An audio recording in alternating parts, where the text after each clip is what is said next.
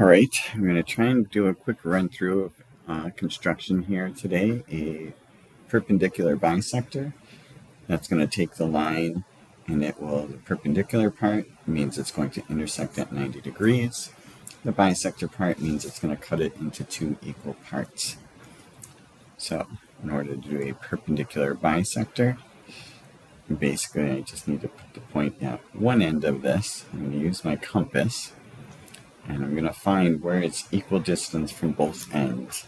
So I need to open it more than halfway. If I have it open less than halfway, it's not going to reach like I want to.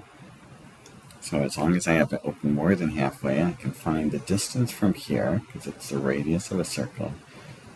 Alright, it's going to be the same distance all the way around this point. I can make a whole circle, but I don't need to.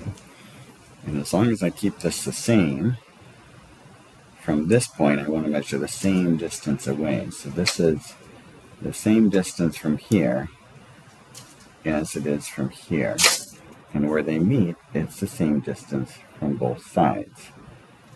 And if I connect those 2 points, basically it's the same distance from here to here, and it's the same distance from here to here. When I connect those points created that are the same distance from both ends, I literally have a line of points. At any point on this line in the center is the same distance from each side.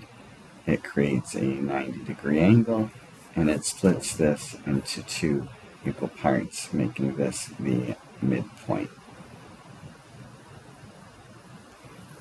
All right, and that is how you construct a perpendicular bisector.